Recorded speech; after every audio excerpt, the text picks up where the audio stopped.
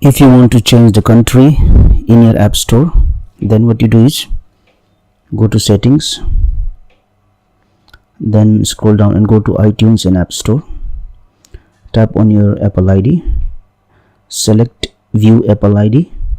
Now there is an option here, country/region. Select it, select change country or region.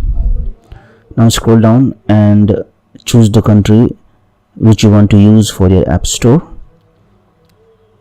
Now select agree on the top, select agree again. Now here you need to enter the details for your Apple ID. If you want, you can select the payment as credit card or debit card. If not, select none. Now here you need to enter the address of the country which you have selected. After that, you need to select next, and the country in the app store will be now changed. Thank you for watching this video. Please like and share this video if you found it helpful. Also click on the subscribe button and hit on the bell icon to get the notification of our latest videos for free.